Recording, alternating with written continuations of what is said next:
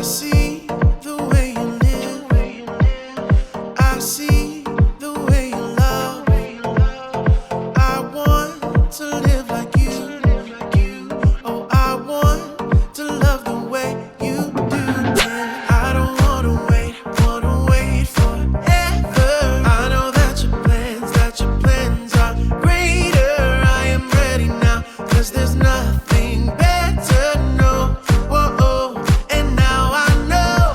Oh, I wanna live fully alive. Oh, I wanna live fully alive. I wanna live for you in everything I do, 'cause I wanna live fully alive.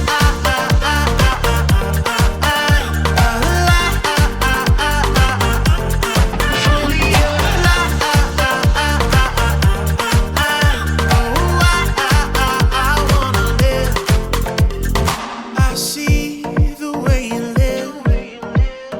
I see the way you love. And I want to live like you. Oh, I want to love the way you do it. I don't wanna wait forever. I know that your plans are greater. I am ready now, 'cause there's nothing better, no. Whoa, and now I know. Oh, I wanna live fully alive. Oh, I wanna live fully alive. I wanna live for you in everything I do, 'cause I wanna live fully alive.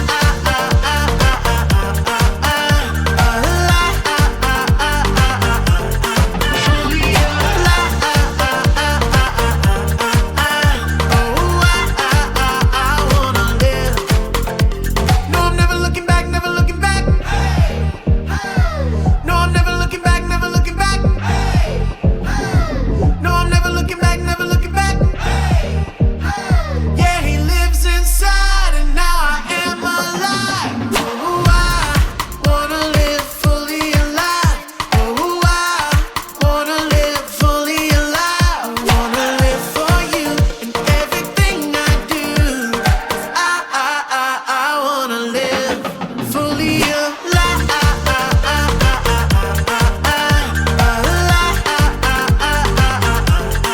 Fully alive.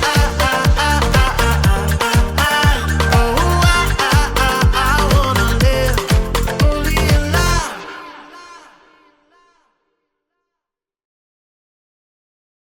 Welcome to Story Lab. This week, we're taking a look at the story of someone who knew how to look out for the people around him.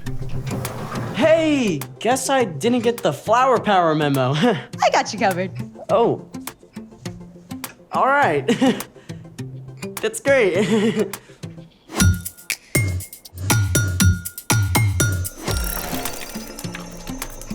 Hey, I'm Skylar. And I'm Sebastian. All summer, we're talking about what it looks like to live like Jesus. Also, we're setting up awesome activities for STEAM Camp. Science, technology, engineering, art, math. Go STEAM Campers! Rolls off the tongue. Yeah, not really. Okay, so what are we setting up today? We are gonna go flower power. On it! We can use this fine flour to power some chocolate chip cookies, a cake, or even some scones. Not that kind of flower. Okay. We got sunflowers, mangolds. Closer, but still no. Then how are we flower powering? How about a thermal powered flower? That's a tongue twister. Sure. Let's make it. Today, we're making a thermal powered flower. Step 1, cut out a flower and a leaf using a template like this. You can get a grown-up to help you draw the template or find one online. You wanna know what they call me? The Picasso of arts and crafts. On to step 2. Carefully fold each of your flower petals so they form a fan shape. Like this. All right, step 3. Take a plastic drinking straw and cut it down to 3 inches long. Boom. Then cut down a wooden skewer to 4 inches. Now, I think you'll wanna use these. For sure. You got it. And there it goes. Step 4, take the straw and wrap around clay or Play-Doh around the base so that it can stand upright. For step 5, you'll need one of these little guys. An eye screw. We're gonna tape the eye of the screw to the top of the straw. But don't cover the top of the straw with the tape. On to step 6. Take the little leaf that you cut out and tape it onto the eye screw. Perfect. Step 7, take a very small piece of clay and attach the flower to the flat end of the skewer. Then drop it inside of the straw. The point should hit the table. Perfect. Okay, so now we've got this. Where's the power? Right here. Step 8, get your grown-up to help light the candles and then slide them under the flower creation. Make sure when you do, you avoid putting one directly under the leaf. I'm already seeing a little bit of movement. Whoa! Look, there it goes. Let's put all the other ones. There it goes. It's like a little flower merry-go-round. As the candle flames heat up the air around them, the warm air rises. This creates a gentle breeze that catches the petals and causes the flower to spin. You are the wind beneath my wings. Settle down, Bet. I just love how the flames provide such a great boost for the petals. Looking out for their flower friend. Speaking of looking out for others, it's time for... The story before the story. Today, we're in the book of Luke.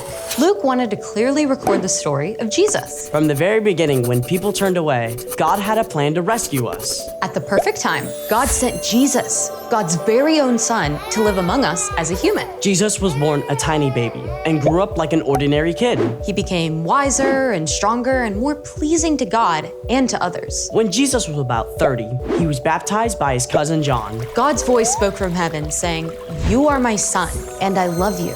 I am very pleased with you." Soon after this, Jesus began traveling and teaching and healing sick people. Which is where our story starts. Take it away.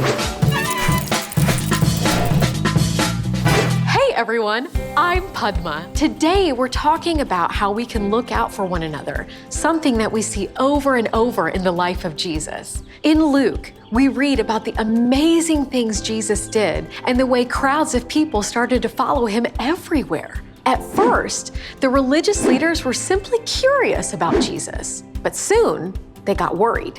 Jesus was upsetting the way they had always done things and making surprising claims. Who can forgive sins but God alone? Jesus also spent time with people that the religious leaders avoided. Why does he eat with tax collectors and sinners? Jesus cared more about people's needs than about keeping up a good appearance. In fact, he allowed his disciples to pick and eat grain on the Sabbath, a day of rest. That's against the law. The religious leaders were talking about the special laws that God had given the Israelites when Moses led them out of Egypt. God wanted the people to learn to rest and to take time to connect with God. Remember to keep the Sabbath day holy. Do all your work in 6 days.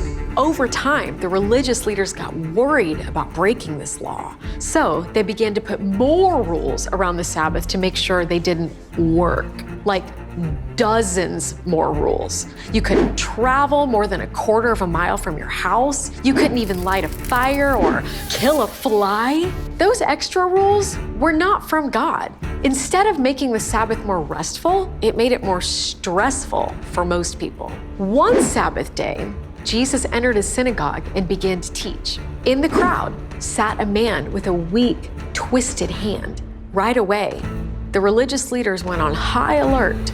Do you think he's going to heal that man, even though it's the Sabbath? Healing definitely counts as work. Jesus knew right away what the leaders were thinking, so he spoke to the man with the twisted hand. Get up and stand in front of everyone.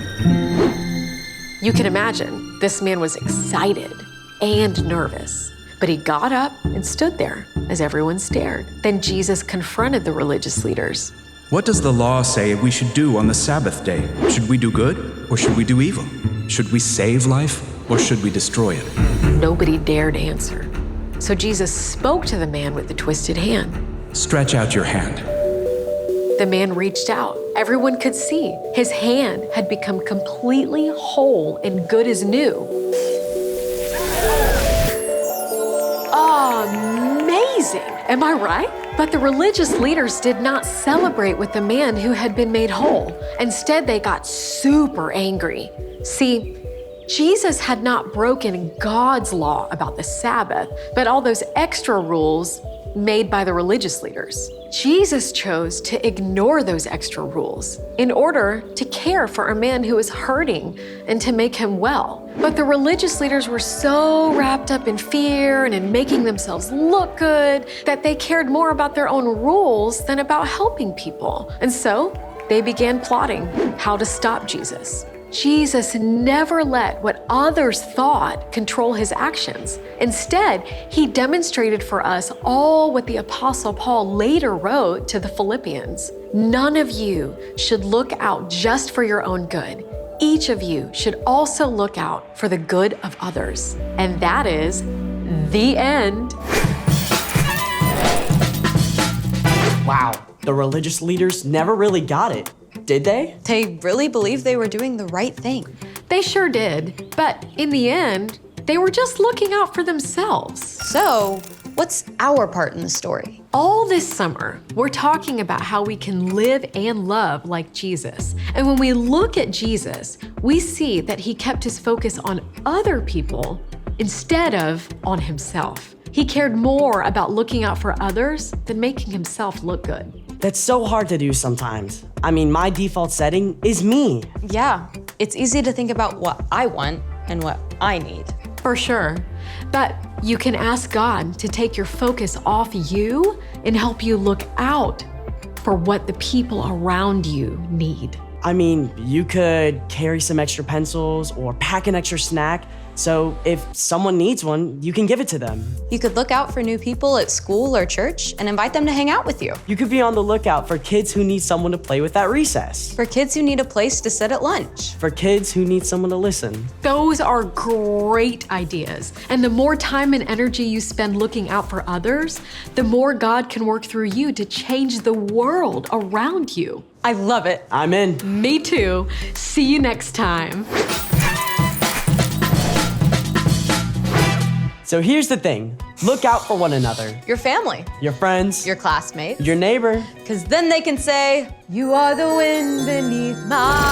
I'd rather see it than hear it. Who doesn't need a little flower power in their day? Thanks for joining us in the Story Lab. See you next time. Think we can make it go faster with a little more candles? Oh, you're on. That's one. There it goes.